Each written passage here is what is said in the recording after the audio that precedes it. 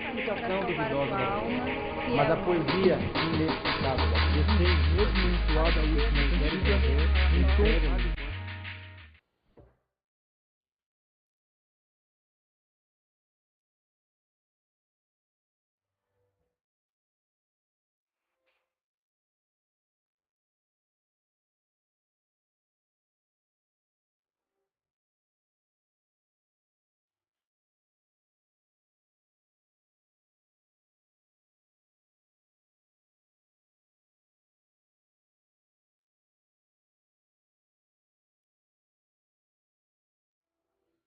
Oi pessoal, tudo bom? Hoje nós vamos estudar modernismo, segunda fase, a poesia, a geração de 30, que é o grupo mais importante de poetas que tivemos na nossa literatura. Na verdade, se aglomerou numa mesma época um conjunto de poetas que foram muito relevantes para a literatura brasileira e para a literatura ocidental.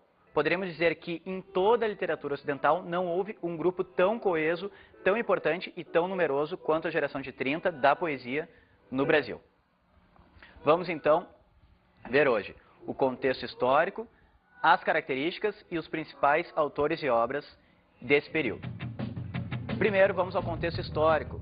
Estamos na geração de 30. Nós temos em 1929 a quebra da Bolsa de Valores de Nova York, a chamada Grande Depressão. No Brasil, o que está acontecendo?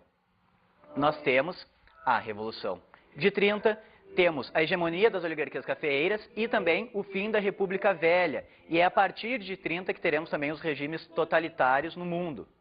Só para relembrar, temos a figura de Adolf Hitler na Alemanha, Mussolini na Itália, Salazar em Portugal e Franco na Espanha. Em 1937 teremos no Brasil o início do Estado Novo. É um momento que temos a modernização da economia, mas ao mesmo tempo isso acontece às custas de um regime opressivo que perseguia os intelectuais de esquerda. Em 1945 nós temos o final da Primeira Guerra Mundial e temos o fim do Estado Novo no Brasil, com o estabelecimento de novas ideologias, como a real-democracia, os direitos trabalhistas e uma maior liberdade do cidadão. Essas ideologias serão transmitidas aos romances de 30 que a gente já estudou e também serão transmitidas em alguns momentos na poesia da geração de 30. Vamos agora às características da geração de 30 na poesia. A primeira delas, e fundamental, é o amadurecimento das conquistas de 22. Temos, em 22, uma preocupação com a ruptura, com a destruição de uma ordem, com o fim de uma tradição, representada principalmente pelo parnasianismo. De 22 a 28, principalmente nas figuras de Oswald de Andrade e Mário de Andrade, temos a busca de uma desconstrução, de, digamos assim, um terrorismo cultural, uma preocupação em não ter mais algo pré-pronto, algo feito, algo que poderia ser seguido e poderia ser estabelecido numa poética. Muito bem. Já em 30 não há mais essa necessidade, não há mais essa preocupação. Por quê? Porque a liberdade já foi totalmente conquistada. Logo, o poeta é livre para criar o que quiser. Se é livre para criar o que quiser, não preocupa-se mais em destruir, e sim só em construir. Por isso dizemos que é uma poesia construtiva e politizada. Sendo uma poesia construtiva, ela questionará mais a realidade. E não somente discutirá e desconstruirá a poesia, a arte que existia anteriormente. Temos então uma maior interpretação do estar no mundo. Temos poetas mais compromissados e engajados socialmente e mais preocupados em falar de si e das questões sociais do que meramente acabar com uma estética antecedente. Muito bem, vamos agora aos autores e às obras. O primeiro deles é Manuel Bandeira. Se inclui também na geração de 22, não podemos esquecer que ele é o autor do poema Os Sapos e autor do poema Poética, mas ele vai estender a sua obra pela década de 30. E a temática da obra de Manuel Bandeira vai se identificar mais com os poetas da geração de 30, Carlos Drummond de Andrade, por exemplo. Então, quais são as características fundamentais desse grande poeta? Nós temos como primeiras características humor, a ironia e o ceticismo. Manuel Bandeira é um cético. Isso é motivado muito pela questão dos seus problemas de saúde da sua vida. Ele foi uma pessoa que desde os 18 anos teve graves problemas respiratórios, mais especificamente problemas de pulmão. E, na verdade, a sua poesia toda passa a impressão de uma preparação para a morte. Por isso, essa desesperança que ele tem na vida e a presença da morte constante em sua obra. Temos também a mistura, pela primeira vez, da pessoalidade do poeta com o cotidiano. O lado subjetivo com o lado objetivo. É a partir desse instante, então, que há na poesia brasileira a dessacralização poética. Ou seja, Manoel Bandeira faz a dessacralização da poesia, tira aquela aura mística da poesia que já havia sido destruída pelos modernistas, mas agora aplica o eu, ou seja, as indagações existenciais do eu poético estão inseridas dentro do cotidiano. Por quê? Porque ele é uma pessoa comum que tem sofrimentos que todos têm. Por isso, a poesia de 30 é uma poesia de alguma forma mais acessível aos leitores e faz com que muitas pessoas leiam a geração de 30 mais do que a geração de 22. Então temos como Manoel Bandeira, que também já vem de 22, mas em 30 ele é fundamental porque ele estabelece os novos caminhos para a poesia lírica brasileira. Quais são os temas básicos da obra de Manoel Bandeira? O primeiro deles é a autobiografia. Na autobiografia ele vai estar falando da vida dele, vai estar falando muitas vezes da sua infância, da melancolia da sua infância, do momento em que ele aprende a sofrer, ou seja, no momento que ele aprende a sofrer é o momento que ele está pronto para a poesia. Vai falar também do seu passado no interior e vai sempre lembrar isso com uma aura de melancolia. Aconselho a vocês lerem o poema profundamente, que é a poesia básica dessa temática de autobiografia. O outro tema importante dele é o cotidiano. A poesia sobre o cotidiano tem como característica fundamental tratar sobre os temas objetivos, mas inserindo também, se lembre, a subjetividade, né? A pessoalidade de Manoel Bandeira. Temos no cotidiano, por exemplo, o poema retirado de uma notícia de jornal. Temos também o bicho que trata sobre o cotidiano, mas também sobre outra temática, que é a poesia social, né? Que é o poeta vendo uma pessoa, um indigente, catando alimentos no meio do lixo. E outro tema fundamental da obra de Manoel Bandeira, e eu diria que dos mais importantes, é a fantasia, a criação de mundos fantásticos. E por que que ele faz essa criação de mundos fantásticos? Justamente pela vida difícil em relação à saúde que ele teve. Tudo aquilo que ele queria ter não pôde pela sua saúde. Temos dois poemas fundamentais em relação a esse desejo de ver, que é a estrela da manhã, que ele vai dizer que ele quer a estrela da manhã poderia ser a vida que ele não teve. Pneumotórax, que ele vai falar, né, a vida que poderia ter sido e que não foi. E temos também as três mulheres sabonete Araxá, que se inclui tanto no cotidiano quanto também na criação de mundos. Por quê? Porque era um sabonete que tinha como logotipo 3 mulheres seminuas. E ele vai criar um mundo em que essas 3 mulheres sabonete Araxá existem para ele.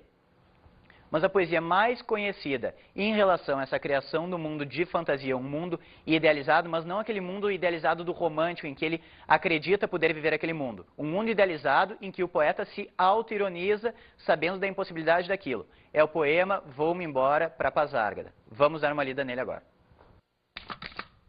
Vou-me embora para Pasárgada. Lá sou amigo do rei. Lá tem uma mulher que eu quero, na cama que escolherei. Vou-me embora para Pasárgada. Vou-me embora para Pasárgada. Aqui eu não sou feliz. Lá, a existência é uma aventura de tal modo inconsequente que Joana, louca de Espanha, a rainha e falsa demente, vem a ser contraparente da nora que eu nunca tive.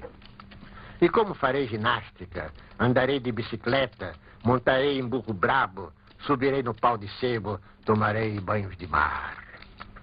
E quando estiver cansado, deito na beira do rio, mando chamar a mãe d'água para me contar as histórias que no tempo de eu menino, Rosa vinha me contar. Vou-me embora para Pasárgada. Em Pasárgada tem tudo. É outra civilização. Tem um processo seguro de impedir a concepção. Tem telefone automático, tem alcaloide à vontade, tem prostitutas bonitas para a gente namorar. E quando eu estiver mais triste de não ter jeito, quando de noite me der vontade de me matar, lá sou amigo do rei. Terei a mulher que eu quero na cama que escolherei. Vou-me embora para Pazárgada.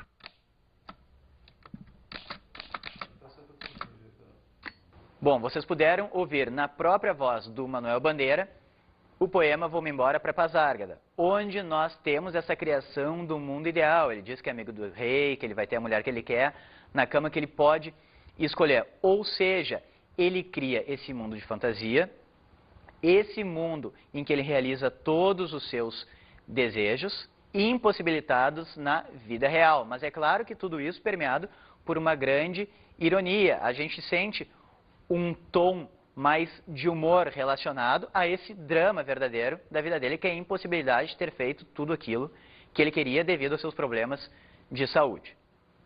Muito bem, vamos agora a Cecília Meirelles, a única poetisa do grupo. Quais as características fundamentais da obra de Cecília Meirelles? A primeira delas é a musicalidade. E em Cecília Meirelles, a gente tem uma característica um pouco diferenciada dos demais poetas. Por quê?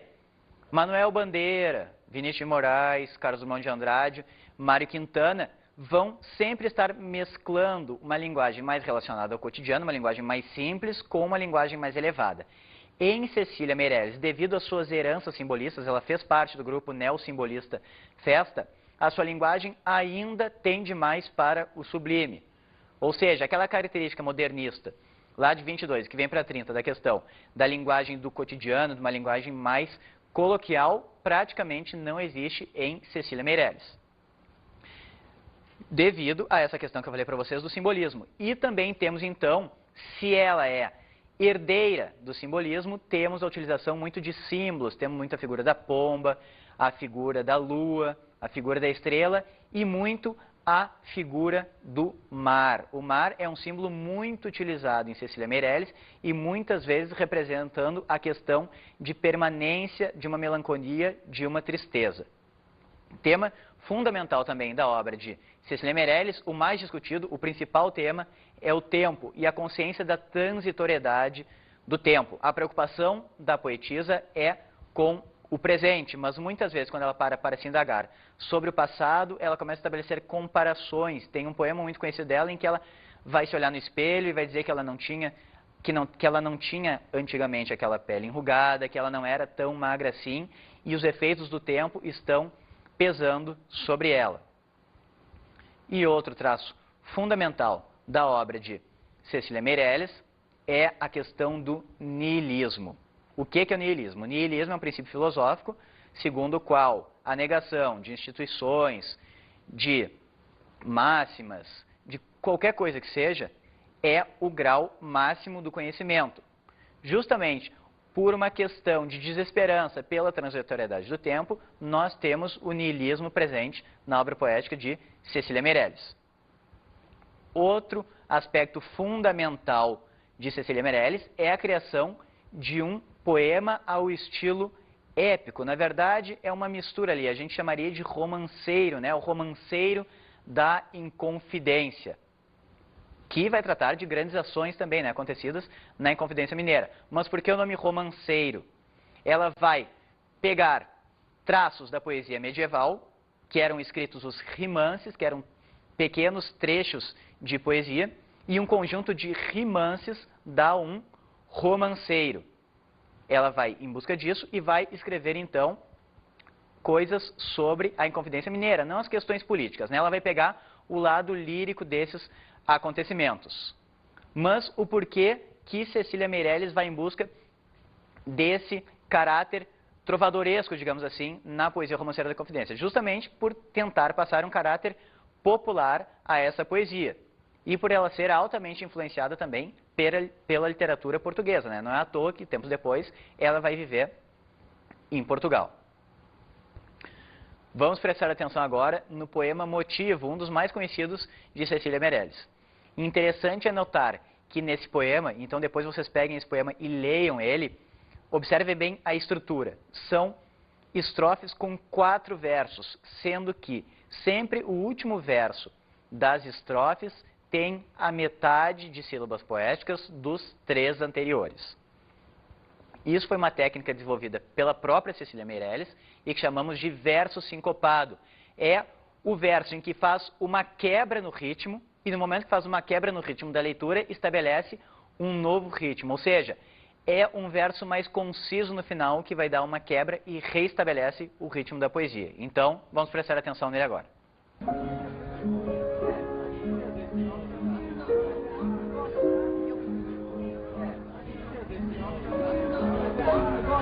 Eu canto porque o instante existe e a minha vida está completa. Não sou alegre nem sou triste. Sou poeta, irmão das coisas fugidias, não sinto gozo nem tormento. Atravesso noites e dias no vento.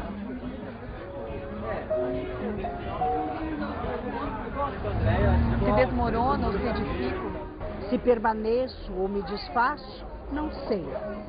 Não sei. Não sei. Não sei se fico ou passo. Sei que canto. E a canção é tudo. Tem sangue eterno a asa ritmada. E um dia, sei que estarei mudo. Mais nada.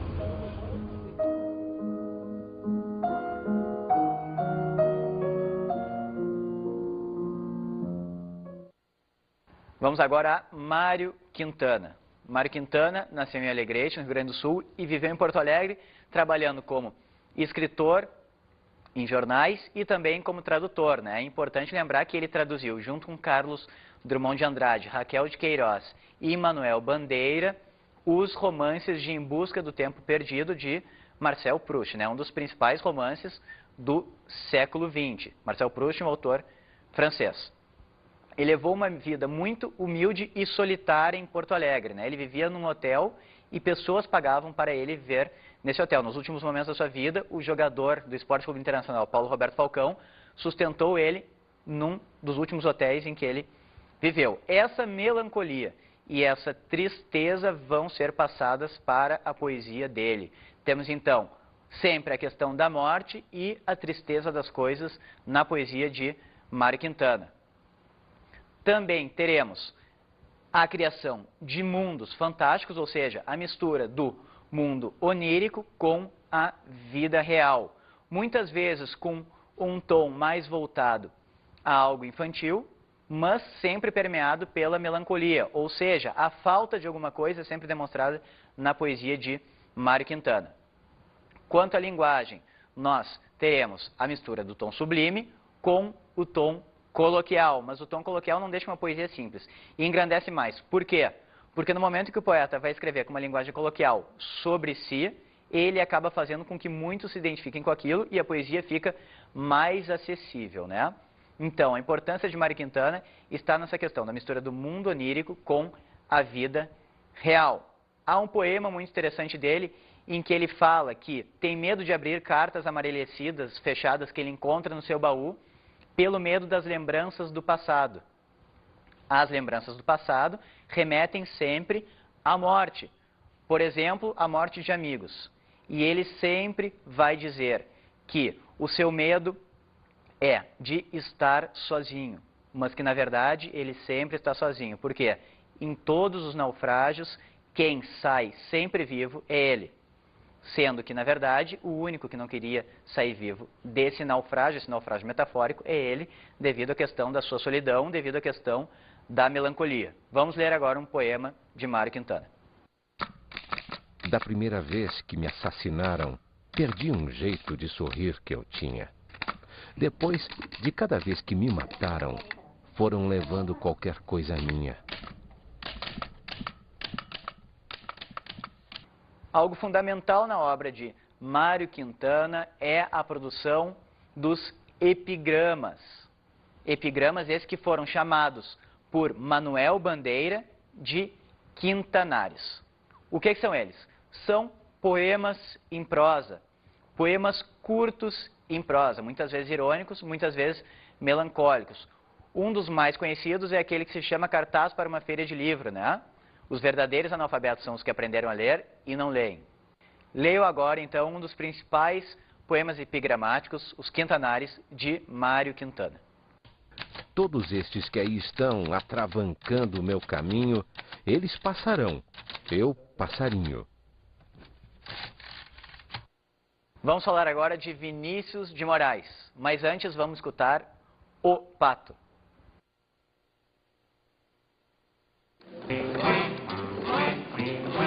Lá vem o pato, pataqui, patacolá. Lá vem o pato para ver o que há. Lá vem o pato, pataqui, patacolá. Lá vem o pato para ver o que há. Quem nunca ouviu essa música, não é? Justamente, Vinícius de Moraes, dos poetas da geração de 30, é o mais popular. É o poeta mais conhecido da literatura brasileira. Isso se deve, principalmente, à sua aproximação, depois de um tempo de carreira na literatura, com a música popular brasileira. A obra de Vinícius de Moraes se divide em duas fases, que ele mesmo divide em sua antologia poética. A primeira delas, temos uma poesia mais mística e transcendental, com versos mais longos e uma linguagem nebulosa. É a poesia do Vinícius que quase ninguém conhece e que muitas vezes se torna até um pouco cansativa. Temos na segunda fase de Vinícius de Moraes a sua principal poesia. É o momento em que há aproximação com o mundo material, o momento em que o amor não é algo mais idealizado. O amor, agora apresentado em suas poesias, é o amor erótico, é o amor carnal. Ou seja, a partir do momento que há uma aproximação com a concretude da vida, Vinícius de Moraes estabelece uma maior identificação com o seu leitor, tornando-se assim um poeta muito popular. Temos também a denúncia social com os poemas A Rosa de Hiroshima, que todos vocês conhecem, que foi musicada pelos Secos e Molhados, e O Operário em Construção, onde são denunciadas as injustiças feitas com os pequenos trabalhadores. Se lembrando que há uma aproximação da poesia de Vinícius de Moraes com a música popular brasileira, né, relacionada intimamente à bossa nova e também relacionado muito à figura de Tom Jobim. Tom Jobim e Vinícius de Moraes foram por muitos anos parceiros em suas músicas. Vamos ver agora o poema Soneto de Fidelidade, o soneto mais conhecido de Vinícius de Moraes. De tudo ao meu amor serei atento. Antes e com tal zelo, e sempre, e tanto, que mesmo em face do maior encanto, dele se encante mais meu pensamento. Quero vivê-lo em cada vão momento. E em seu louvor hei de espalhar meu canto. E rir meu riso e derramar meu pranto. Ao seu pesar ou seu contentamento. E assim, quando mais tarde me procure. Quem sabe a morte, angústia de quem vive. Quem sabe a solidão, fim de quem ama. Eu possa me dizer do amor que tive. Que não seja mortal, posto que é chão. Mas que seja infinito enquanto dure. Bem, vocês puderam escutar esse soneto de Vinícius de Moraes. E um traço fundamental é a renovação que Vinícius traz no soneto. Renovação por quê? Ele recupera um molde clássico, então temos traços clássicos, identificados até com Luiz Vaz de Camões, mas ao mesmo tempo uma renovação na temática. Por quê? Porque não há a idealização do amor. No último terceto a gente vê, né, que não seja imortal posto que chama, mas que seja infinito enquanto dure. Ele vai estar falando da possibilidade de mais de um amor existente e a questão da plenitude enquanto esse amor dura. No momento que esse amor acaba, há a possibilidade de outro. Por quê? Porque amor é chama, pode se apagar como pode se acender. E ser tão pleno quanto o que já se teve. Ou seja, há um realismo aí, há uma visão mais concreta de vida dentro de um molde clássico de poema, que é o soneto. Vamos agora a Carlos Drummond de Andrade. Carlos Drummond de Andrade é o principal poeta da geração de 30. 4 características fundamentais das 4 primeiras obras de Carlos Drummond de Andrade. As 4 primeiras obras são Alguma Poesia, Brejo das Almas, Sentimento do Mundo e José. Essas obras vão apresentar um humor sutil, em Carlos Drummond de Andrade, não é um humor de se fazer rir, é um humor irônico. Temos também a presença do gauche. Gauche, em francês, é esquerdo, torto, desconjuntado, é aqueles que está à parte da sociedade, que não consegue se inserir, que não consegue se adaptar direito. Temos também versos mais concisos e um individualismo extremado. E voltando à questão do individualismo na poesia. No momento que tu tem um individualismo extremado, temos um poeta falando dos seus sentimentos, dos seus conflitos existenciais. Mas, possivelmente, diversas pessoas passem por esses conflitos e por esses dilemas existenciais. Logo, uma poesia extremamente individualista acaba-se tendo um cunho social, porque a identificação, há o gosto de se ler aquilo, se causa a emoção estética, a identificação com aquilo que lemos. Vamos ler agora o poema José. E agora, José, a festa acabou, a luz apagou, o povo sumiu, a noite esfriou. E agora, José? E agora você que é sem nome, que zomba dos outros, você que faz versos, que ama, protesta. E agora, José? Vocês puderam ver nesse poema que temos o assunto da reflexão existencial. Temos na figura de José um dos personagens da obra de Drummond, porque Drummond cria personagens como José, como Raimundo, como Carlos, como o Tu. Temos a questão da solidão e da incomunicabilidade do ser humano. O que conseguimos desvelar nessa obra, nessa poesia, é uma generalização da condição humana, não é uma única pessoa, não é um personagem isolado que passa por aquilo. O ser humano passa por essa questão da solidão e da incomunicabilidade. Não é à toa que diversos escritores escreveram sobre pessoas no meio de multidões e sentindo-se completamente sozinhas. Dois deles são Edgar Allan Poe e Baudelaire.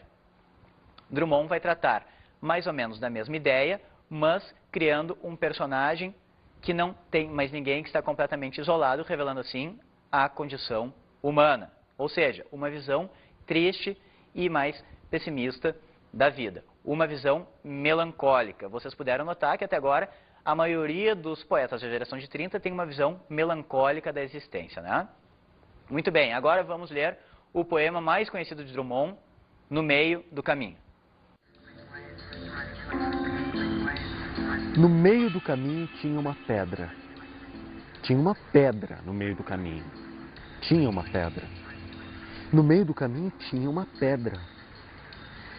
Nunca me esquecerei desse acontecimento na vida de minhas retinas tão fatigadas. Nunca me esquecerei que no meio do caminho tinha uma pedra. Tinha uma pedra no meio do caminho. No meio do caminho tinha uma pedra.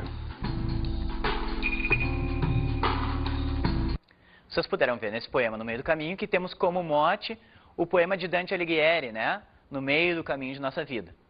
Mas há uma questão surpreendente nesse poema, a contínua repetição da pedra no meio do caminho. O que temos ali é um acúmulo de obstáculos e a obsessão de Drummond por essa questão dos percalços da vida, né? Essas diversas pedras significam diversos problemas, diversos percalços da nossa vida. E há uma outra interpretação também de José Saramago, que, na verdade, não seriam diversas pedras, mas uma única pedra, em que a gente vai empurrando essa pedra a vida toda e nunca consegue ultrapassá-la. Por isso que ela sempre está no meio do caminho.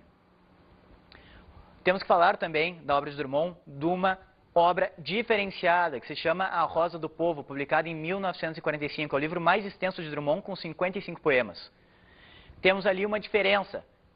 Passa-se do individualismo extremado para o engajamento social, com versos mais longos do que o que é comum na obra de Drummond. Temos ali, então, uma obra engajada, uma preocupação com o contexto social. Não se esqueçam, né? Estamos num contexto de ditaduras, ditadura no Brasil, regime opressivo, intelectuais de esquerda. Drummond era um intelectual de esquerda. Mas o que ele faz? Ele vai criar uma obra com uma ideologia popular voltada à aristocracia brasileira. Porque a aristocracia brasileira era a elite que comandava o nosso povo. Logo, a partir dessa ideologia popular, ele tenta conquistar, ele tenta convencer a partir do engajamento social a maior igualdade na sociedade brasileira. Então, Memorizemos Rosa do Povo, obra diferenciada de Carlos Drummond de Andrade, a passagem do individualismo extremado para o engajamento social.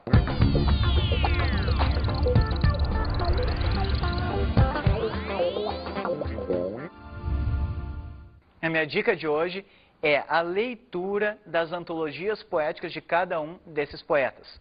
Por serem os principais poetas, não é difícil a gente encontrar em qualquer livraria ou em qualquer sebo, né, loja de livros usados, essas antologias poéticas. Elas não são caras e têm os melhores poemas de cada um desses integrantes da geração de 30.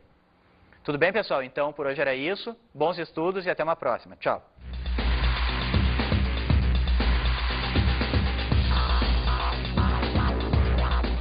Na aula de hoje estudamos o modernismo, segunda fase, poesia, geração de 30.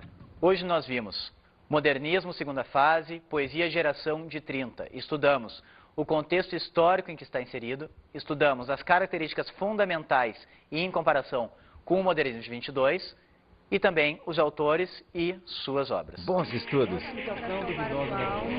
Mas a poesia inexplicável, mesmo entoada a última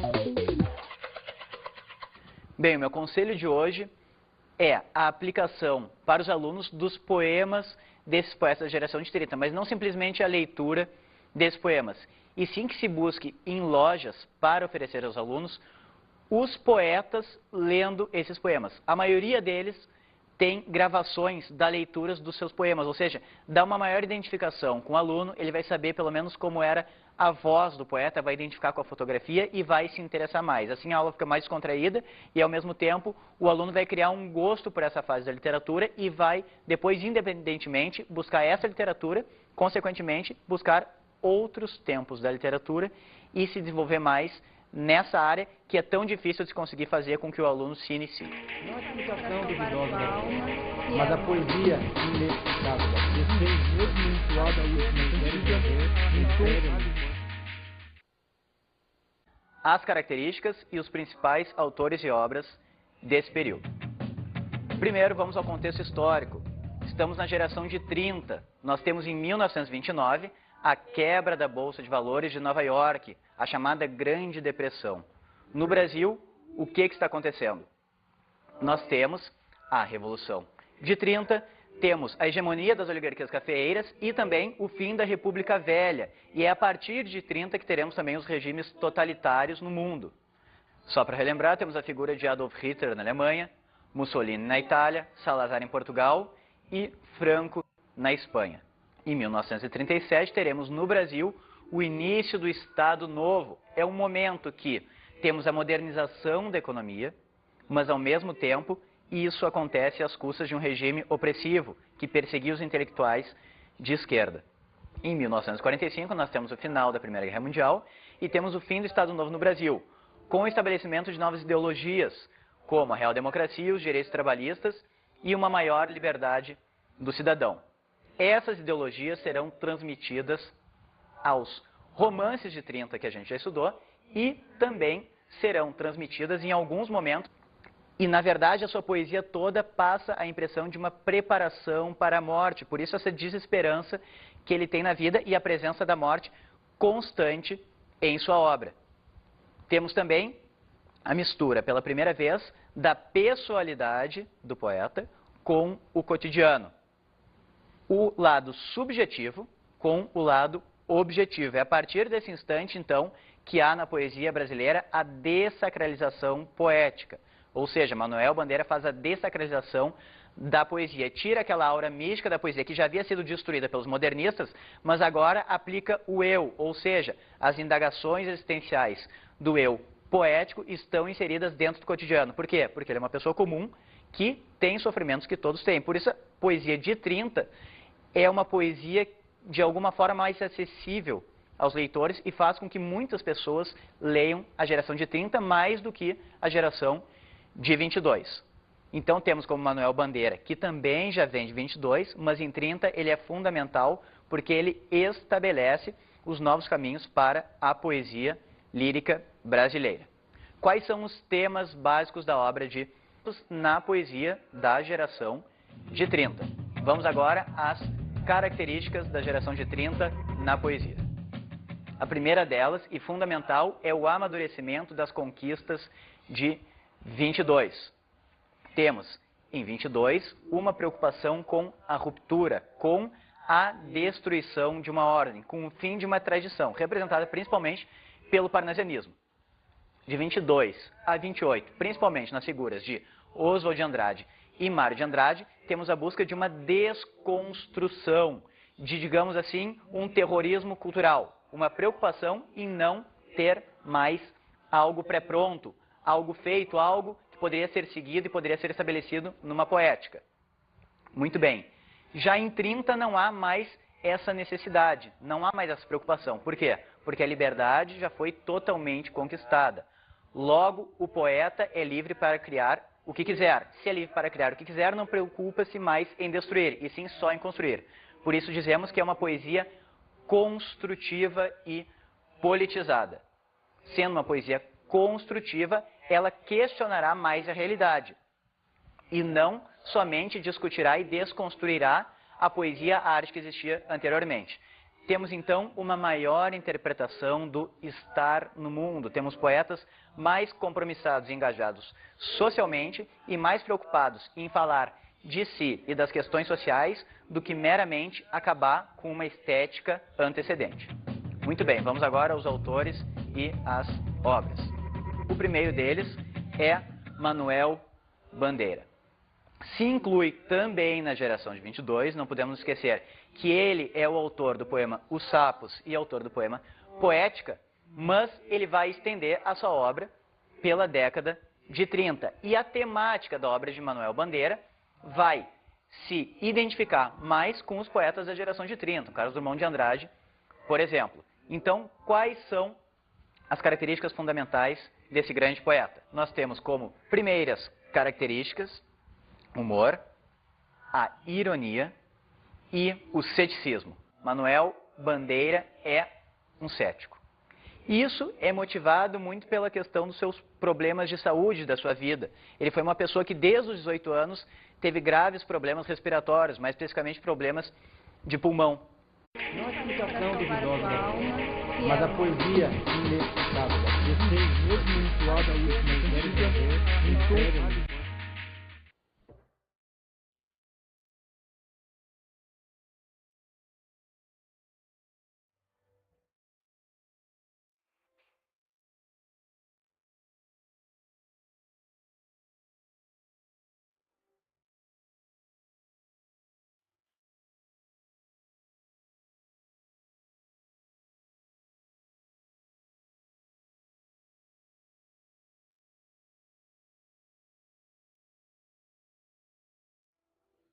Oi pessoal, tudo bom? Hoje nós vamos estudar modernismo, segunda fase, a poesia, a geração de 30, que é o grupo mais importante de poetas que tivemos na nossa literatura. Na verdade, se aglomerou numa mesma época um conjunto de poetas que foram muito relevantes para a literatura brasileira e para a literatura ocidental. Poderíamos dizer que em toda a literatura ocidental não houve um grupo tão coeso, tão importante e tão numeroso quanto a geração de 30 da poesia no Brasil. Vamos então ver hoje o contexto histórico